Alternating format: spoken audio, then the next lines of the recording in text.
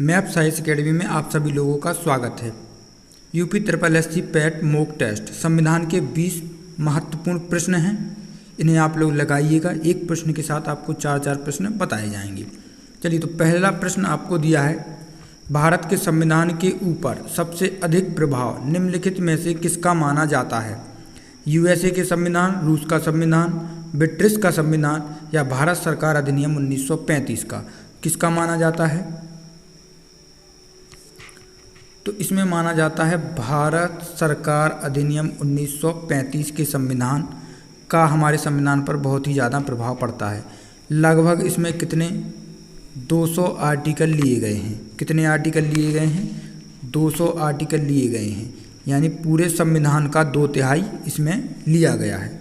Next question आपको दिया है कि शासन की एकात्मक पद्धति का लाभ है अधिक अनुकूलनशीलता, दृढ़ राज्य, जनता द्वारा अधिक सहभागिता, सत्तावाद की कम संभावनाएं।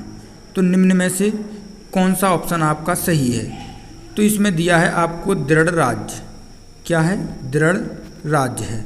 नेक्स्ट क्वेश्चन देखेंगे, निम्नलिखित में से किस देश का अलिखित संविधान है? USA का, UK का, पाकिस्तान का या भारत का?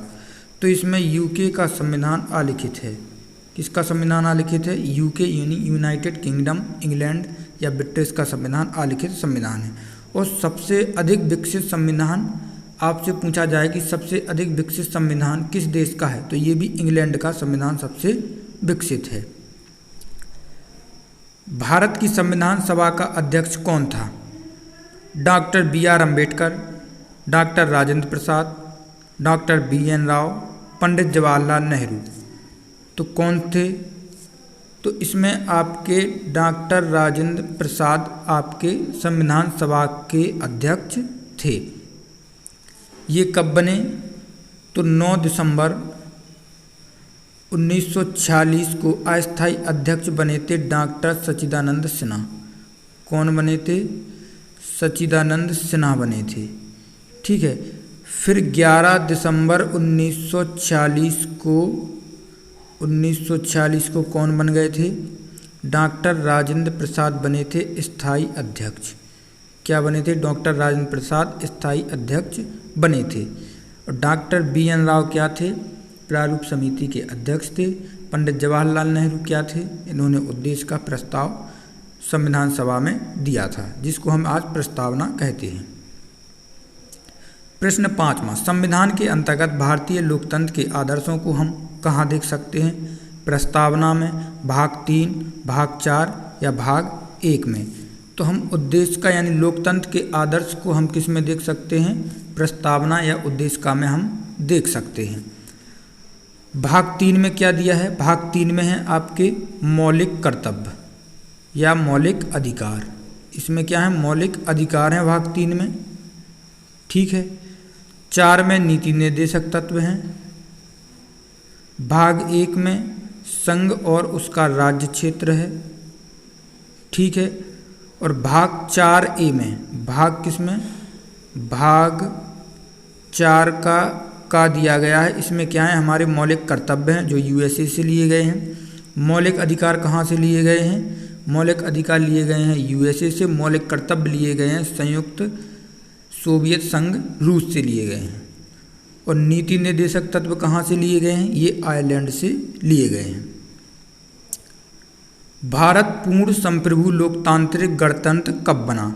26 जनवरी 1949 को, 26 नवंबर 1930 को, 26 नवंबर 1951 को या 26 नवंबर 1949 को? तो ये बना हमारा 26 नवंबर 1949 को बना, क्योंकि 26 नवंबर 1949 को हमारा संविधान बन के तैयार हो गया था, जो कि 26 जनवरी 1950 से हमारे देश में पूर्णतः लागू हुआ। तो लागू कब हुआ? लागू हुआ 26 जनवरी 1950 से हमारा संविधान पूर्णतः लागू हो गया था। संविधान की उद्देशिका का संशोधन कितनी बार किया गया है? 3 बार, 2 बार, 1 बार या अभी तक संशोधन किया नहीं गया है? तो इसका ऑप्शन हो जाएगा आपका संविधान यानी उद्देशिका में सिर्फ 1 बार संशोधन हुआ है। कब हुआ है? 42वां संविधान संशोधन कब? 1976 में। क्या जोड़ा गया था? समाजवाद जोड़ा गया था इसमें। पंथ निरपेक्ष और अखंडता, 3 शब्द जोड़े गए थे। समाजवाद, पंथ निरपेक्ष और अखंडता। भारत एक तंत्र है, राजतंत्र, लोकतंत्र या कुलीन है? तो भारत क्या है? भारत लोकतंत्र है, लोगों का शासन है, सबसे बड़ा इसमें जनता है। तो हमारा भारत क्या है? लोकतंत्र है। निम्नलिखित में से कौन सा संशोधन अधिनियम मिनी संविधान या मिनी कॉन्स्टिट्यूशन माना जाता है? 7वां संविधान संशोधन, 24वां संविधान संशोधन, 42वां संविधान संशोधन या 44वां संविधान संशोधन? तो 42वां संविधान संशोधन को मिनी कॉन्स्टिट्यूशन के नाम से जाना जाता है, जिसे मिनी संविधान भी कहते हैं। अब बात आती है कि 7वां संविधान कब बना? तो ये बना 1956 में। कौन सी भाषा जोड़ी गई थी? सिंधी भाषा जोड़ी गई थी। 24वां संविधान संशोधन बना 1971 में। कितनी भाषाएं जोड़ी गई थी? 3 भाषाएं जोड़ी गई थी। कौन कौन सी? नमक। कौन कौन सी जोड़ी गई थी? नमक, यानी नेपाली, मणिपुरी और कोंकणी। और 42वां संविधान संशोधन, जिसे मिनी कॉन्स्टिट्यूशन के नाम से जाना ही जाता है, ये कब हुआ? 1976 में। और 44वां संविधान संशोधन, जिसमें संपत्ति का अधिकार है, 1978 में। कब जोड़ा गया? 1978 में हुआ।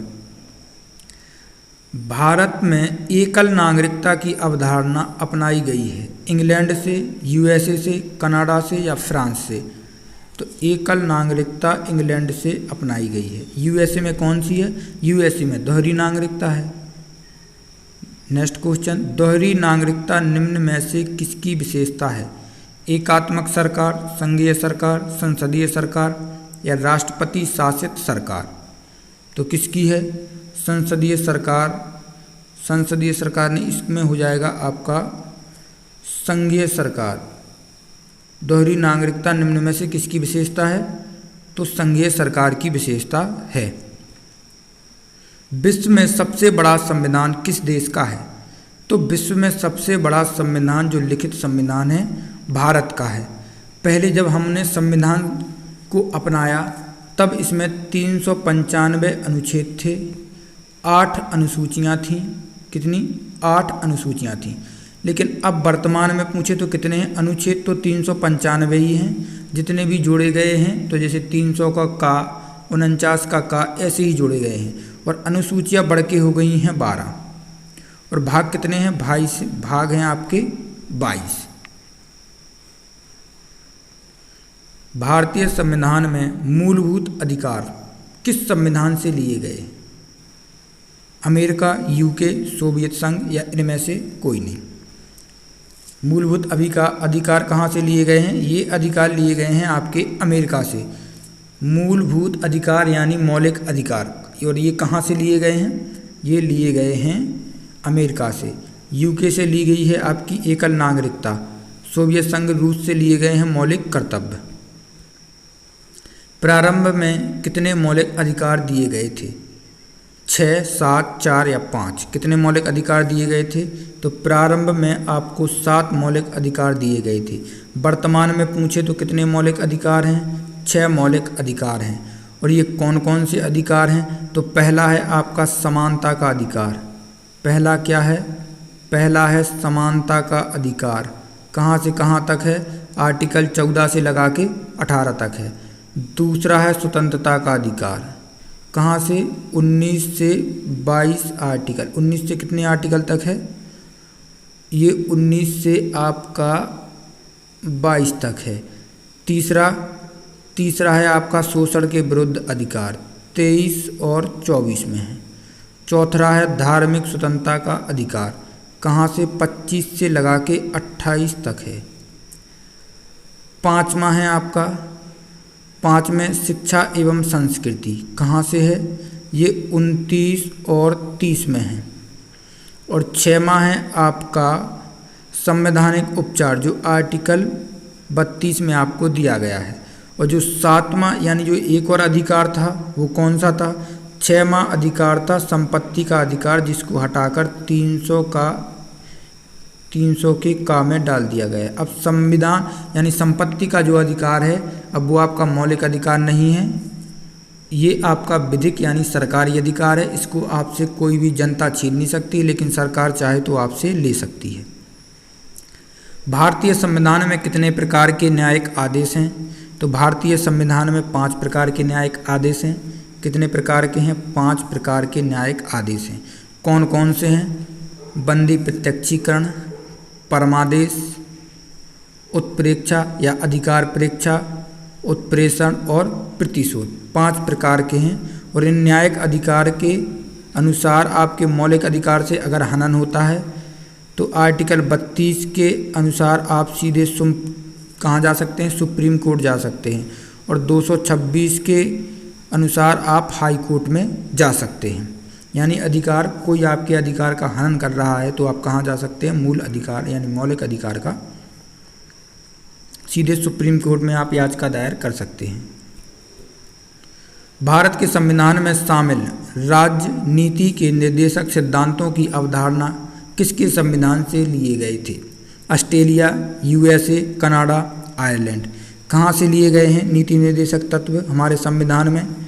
तो ये आयरलैंड से लिए गए हैं। और कहाँ से कहाँ तक है नीति निर्देशक तत्व? 36 से लगा के 51 तक है। कौन से भाग में है? भाग 4 में है। कहाँ से लिए गए हैं? आयरलैंड की। अब आप लोग कमेंट करके बताएंगे कि आयरलैंड ने इनको कहाँ से लिया था। उपराष्ट्रपति पदेन अध्यक्ष होता है राज्यसभा का, लोकसभा का, योजना आयोग का या राष्ट्रीय विकास परिषद का? तो कहाँ का होता है? ये उपराष्ट्रपति राज्यसभा का पदेन सभापति होता है, उसी को हम अध्यक्ष कहते हैं। अब आपसे सभापति पूछे तो कौन होता है? उपराष्ट्रपति सभापति होता है। और उपराष्ट्रपति कौन से आर्टिकल में दिया हुआ है आपका? उपराष्ट्रपति किस आर्टिकल में है? तो ये आपका 63 में है। एक भारत का एक उपराष्ट्रपति होगा। ठीक है। लोकसभा कितने में है? लोकसभा आपकी 81 आर्टिकल में है। और राज्यसभा पूछे तो कितने में है? 80 में है। और संसद पूछे कि संसद कौन से आर्टिकल में है? तो 79 में क्या है? संसद है। नेक्स्ट क्वेश्चन, भारत का राष्ट्रपति किसका अभिन्न भाग है? तो भारत का राष्ट्रपति संसद का अभिन्न भाग है, लोकसभा का, राज्यसभा का या मंत्रिपरिषद का? निम्न में से किसका राष्ट्रपति अभिन्न भाग है? तो ये आपका संसद का अभिन्न भाग है। संसद अभी आपको बताया है कितने में है? 79 में। लोकसभा कितने में है? 81 में है। राज्यसभा कौन से आर्टिकल में है? 80 में है। और मंत्रिपरिषद कितने में है? ये आपको बताना है कि मंत्रिपरिषद कितने में है। तो मंत्रिपरिषद यानी 74 में है। और अन्य मंत्री कितने में है? 75 यानी 75 आर्टिकल में है। इसी में आपकी कैबिनेट है, मंत्रिमंडल है। और मंत्रिमंडल आपसे पूछे कि कहाँ पर यूज किया गया है? तो मंत्रिमंडल एक ही बार यूज किया गया है, जब राष्ट्रपति शासन लगता है। संसद के दोनों सदनों का संयुक्त सत्र कौन बुला सकता है? राष्ट्रपति, प्रधानमंत्री, लोकसभा अध्यक्ष, उपराष्ट्रपति। कौन बुला सकता है? तो राष्ट्रपति बुला सकता है। कौन से आर्टिकल के अनुसार बुला सकता है? 85 यानी 85 आर्टिकल के अनुसार बुला सकता है। इसे ही राष्ट्रपति बुला भी सकता है और इसे ही राष्ट्रपति ही इसे समाप्त कर सकता है। लेकिन ये जो सत्र बुलाया जाता है इसकी अध्यक्षता कौन करता है? तो अध्यक्षता करता है लोकसभा अध्यक्ष। अध्यक्षता कौन करता है? लोकसभा अध्यक्ष करता है। ये लोकसभा अध्यक्ष इसको स्थगित कर सकता है कुछ दिन के लिए, लेकिन सत्रावसान यानी समाप्त कौन करेगा? ये राष्ट्रपति ही करेगा। लास्ट क्वेश्चन दिया है, राज्यसभा के सदस्य के लिए न्यूनतम आयु है। तो न्यूनतम आयु कितनी है राज्यसभा के सदस्य के लिए? 25 वर्ष, 21 वर्ष, 30 वर्ष या 35 वर्ष? इसमें लिखेंगे आप राज्यसभा के लिए कितनी है? राज्यसभा के लिए 35 वर्ष है। अगर राष्ट्रपति उपराष्ट्रपति के लिए पूछे यानी प्रेसिडेंट और वाइस प्रेसिडेंट के लिए पूछे तो कितनी है? 35 वर्ष है। लोकसभा के लिए पूछे सदस्य की आयु कितनी है? तो 25 वर्ष है। प्रधानमंत्री के लिए आयु कितनी है? ये भी 25 वर्ष है। ठीक है, और वोट डालने के लिए कितनी है? वोट डालने के लिए 18 है, और राज्यसभा के लिए पूछे तो कितनी है? 30 वर्ष है। ये हमारा आज का लास्ट क्वेश्चन था। देखते हैं आप लोगों ने कितने सही किए हैं। मिलते हैं नेक्स्ट क्लास में। जय हिंद, जय भारत।